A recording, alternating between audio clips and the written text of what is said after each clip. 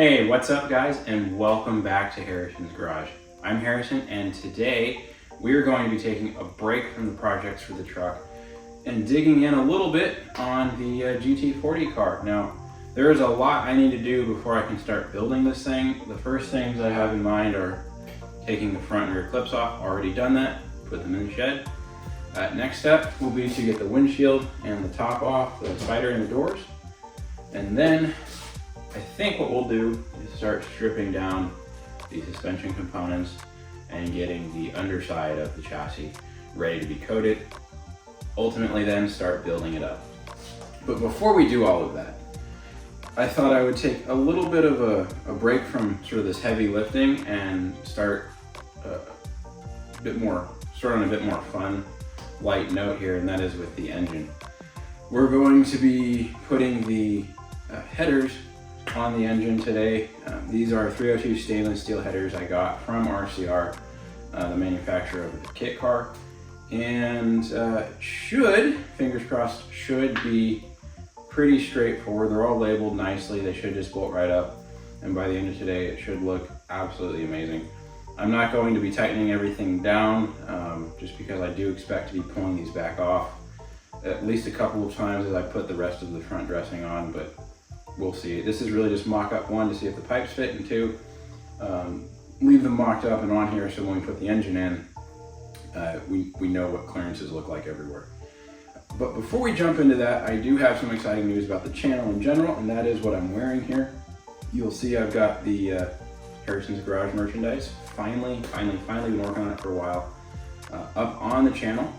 If you take a look through now, you'll be able to see a bunch of different sweatshirts, long sleeve shirts, t-shirts, and a few other items for the shop with the Harrison's Garage logo, as well the Project 40 logo. So you'll be able to see a whole line of clothes that I've put out for the Project 40, a whole line of clothes for the truck, and I have a few more ideas coming down the line as well. So if you would like to help directly support my project and support the channel, if you've gotten anything out of these videos, greatly appreciate it if you go over there and pick something up that you like, and if you don't see anything, let me know and give me some suggestions. I'll try and put something together that is of interest to you. All right, with that done, let's get started. Okay, so I've gotten the headers laid out as I received them. They're very clearly marked. They have D for driver side and P for passenger side on each of these parts, and there's a 1, 2, 3, or 4 correlating to which cylinder the pipes go to. And other than that, you just got to bolt them up. As far as the bolts I've selected, come over here. I've got ARP header bolts, and these ones I've chosen. Part of why I'm doing this today is to see how these bolts work. I've also got a header gasket I'm going to be using. I'm not going to be tightening down just yet because I don't want to crush the header gasket ahead of time. If I do need to take these off, I don't want to end up having to buy a second gasket set. But these are just 1-inch long bolts. I believe for the Ford 302 blocks, it's 3/8 by 16 on the thread pitch, and I'm using a 1-inch long bolt, which should be what we need for these header flanges, as well as how deep these are. These bolts are in my Prestige Motorsport aluminum heads. I want to get as much thread sunk in there as I can because they are aluminum. Now the torque spec on these guys is 20. Again, I'm not going to be torquing them down. So with that in mind, let's go just kind of mock things up and see how it looks. I'll flip you guys around and speed through this. Okay, before I set you guys up and start going through actually attaching all the headers, I just wanted to sort of test to see how the gasket I've gotten will fit. I've chosen to run the Remflex gaskets here, and the reason being is that they're graphite. They can handle really high temps, and it will be getting quite hot in here. And they just seemed like a good gasket to run. If anybody has experience with these where it's, you know, maybe not the best thing to run, let me know. This is certainly new for me. So I see here that, you know, this, I don't know how these are gonna work because my exhaust ports are square.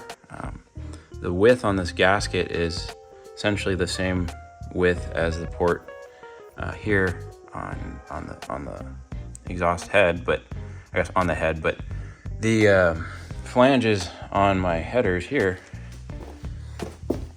these guys you can see are rectangular, while my exhaust ports are square.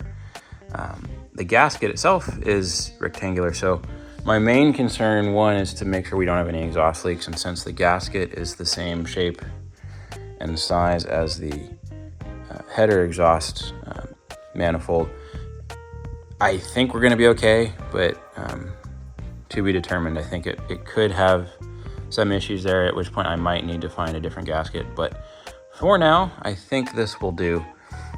This gasket, if you're wondering if it looks a little thick to your eye, it's because it is. It's an 1/8 of an inch thick, and it's designed to crush 50% once you torque it down. So it should interface nicely with any kind of surface imperfections on your heads.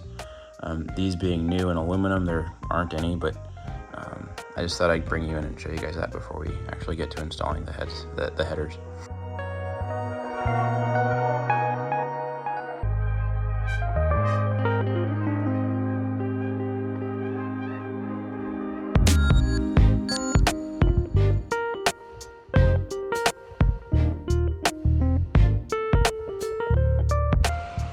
Okay guys, that is one side on, and it is looking really, really nice. Looks like it fits no problem. Everything lined up perfectly. The only thing that I do need to do is go to the store and find a tool to torque down these 5/16 12-point bolt heads. Because right now all my tools, none of them fit in here. I've got this very short radius bend on this final exhaust pipe, as well as the very front one, that I can't even get a wrench in here on, let alone a torque wrench. So that's going to have to wait. But what I can do is get to the ones that I actually can reach. I'm not torquing them down right now. I'm just kind of doing them finger tight and a little bit more. I don't want to crush the gasket in case I do have to take these off again. I'm going to go ahead, get the other side mounted, and then for the sake of setting this up and making sure everything has a nice finish and fitment, I'm gonna go ahead and put on the collectors as well, the 4-to-1 collectors, and it should look absolutely incredible once we're all done here. I'm pretty sure I'm probably going to need to, well, hopefully not. I might need to remove these in order to fit the transmission, the transaxle, but to be determined. Hopefully not, but may, so that's kind of why I'm not torquing them down. Okay, as you can see, I now have all the headers on, and I've also mounted the collectors. Obviously, for final fitment, these are coming off, most likely going to be sealed and then re-added. I just wanted to see how they would go together for fitment, and with these headers on, it's really looking amazing. I think I'm hoping I can get the adapter plate and transaxle mounted here without taking the headers off, but that is probably very much wishful thinking at the moment. But we'll see what I can do. But how these headers came from RCR, they've got the 1, 2, 3, and 4 cylinder marked out. P for passenger side.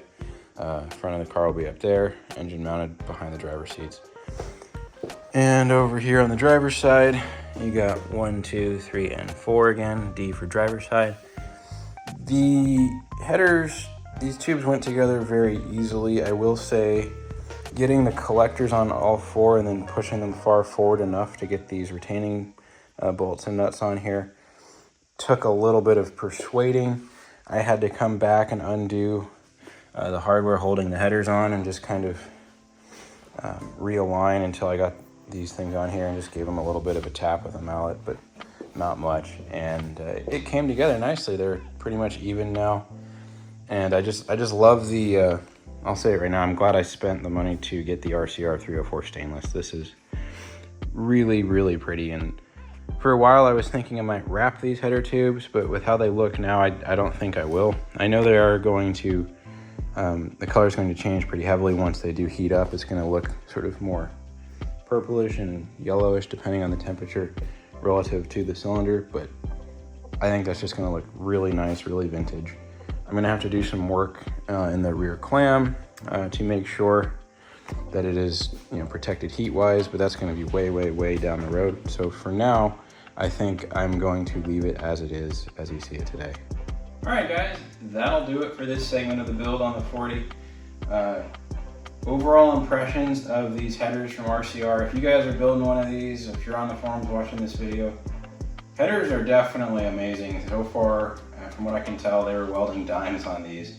I know one issue that people have had is that the rear clam will close and one of the sort of fiberglass supports in the clam will interfere with this and it'll need to be cut away. I don't know what my fitment will be like. I know I'm running the 302. Hopefully these will be low enough that it won't interfere. If not, I'll have to do something creative. The header bolts that I got, again, they're ARP bolts. They're a 12 point, I think 5/16 head, 1 inch long, 3/8 bolt, 16 thread pitch. Got graphite gaskets, all bolted up. Pretty much straightforward. You saw it on the time lapse there.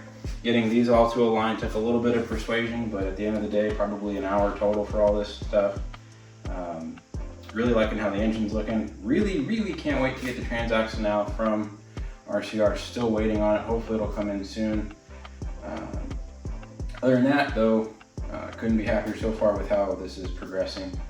In the next build, the next video I should say, I should have the spider off, and then we'll be walking through with you guys on how to get rid of or take apart the suspension to prep the chassis for its sort of truck bed liner undercoat protection. And really can't wait to get going on this build in its entirety here. So if you enjoyed this video, like it down below. If you have any questions, throw them in the comment section. If you're not already, subscribe to the channel. As always, stay tuned for more.